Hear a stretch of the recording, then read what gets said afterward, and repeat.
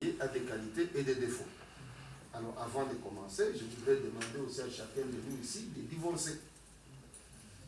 De divorcer de cette femme parfaite qu'il a épousée dans sa tête, de divorcer de cet homme parfait qu'elle a épousé dans sa tête. Lorsque vous êtes divorcé de cette femme parfaite, que vous avez créée, que Dieu n'a pas créée, de cet homme parfait que vous avez créé et que Dieu n'a pas créé, le champ est libre pour aimer maintenant la créature de Dieu. Parce que la créature de Dieu, elle, a des défauts. Elle est exactement comme vous. Elle a des défauts et des qualités. Alléluia. Amen. Voilà la bonne base déjà pour fonder un couple heureux. Parce que pour l'homme, le bonheur, c'est ce qu'on n'a pas. Lorsqu'il a déjà quelque chose, ce n'est plus un bonheur. Il commence à chercher autre chose. Vous le voyez à travers des voitures que vous achetez. J'aime cette voiture. Dès que vous l'avez, elle ne vous intéresse plus. Donc vous commencez à rêver d'une autre voiture. Donc le bonheur pour l'homme est ce qu'on n'a pas. Mais ça ne doit pas être comme ça pour un chrétien. Le bonheur doit être ce que nous avons. Alléluia. Amen. Voilà. Alors, pour que le bonheur soit dans notre foyer, l'une des choses importantes sur laquelle nous devons veiller, c'est notre langue. Proverbe 18, 21 nous dit ceci: la mort et la vie sont au pouvoir de la langue. Ça, c'est très important pour chacun de nous de savoir que la langue a un rôle déterminant à jouer dans les couples. Puisque beaucoup de personnes se posent des questions sur ce qui ne va pas dans leur couple, ils oublient qu'eux-mêmes modèlent leur couple avec des paroles qui sortent de leur bouche.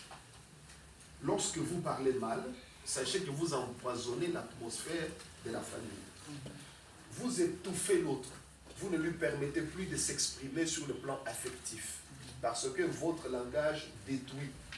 Vous prononcez n'importe quel mot.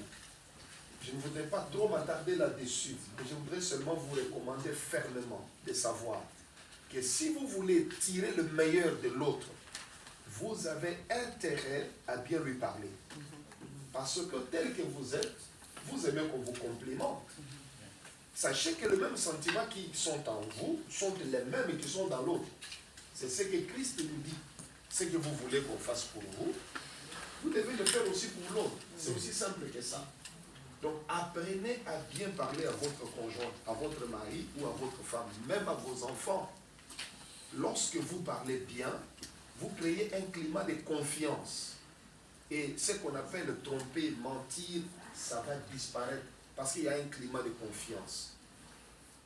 Remarquez, prenons l'exemple de notre père dans la foi, Abraham. Cet homme se met en route pour l'Égypte avec sa femme.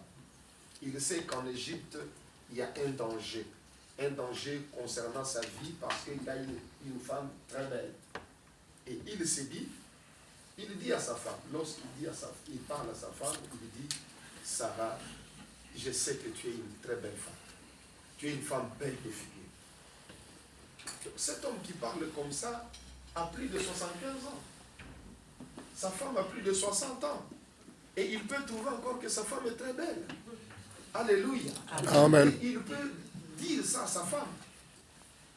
Donc je voudrais que nous comprenions, que nous prenions cet exemple de notre patriarche. Il ne faudra pas qu'à votre femme, à votre mari, que ça ne soit que d'autres personnes qui le lui disent. Et non son propre mari ou sa propre femme. Ce n'est pas une bonne chose. Donc, Abraham a dit à Sarah: je sais que tu es une femme belle de figure. Je sais que tu es une belle femme. Voilà ce que Abraham savait de sa femme. Mais que sais-tu de ton épouse? Que sais-tu de ton mari?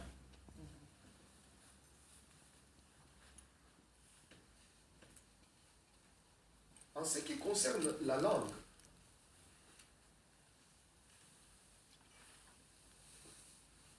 la Bible nous dit encore dans Proverbe 12, 18, tel qui parle légèrement blesse comme un glaive, mais la langue des sages apporte la guérison.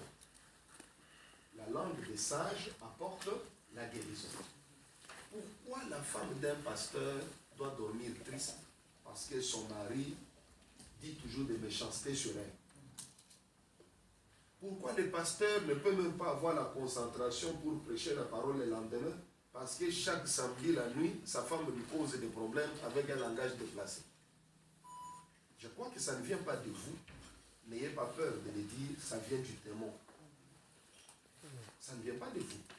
Parce que le démon sait que lorsque ça ne marche pas dans le couple, ça ne marchera pas non plus à l'église.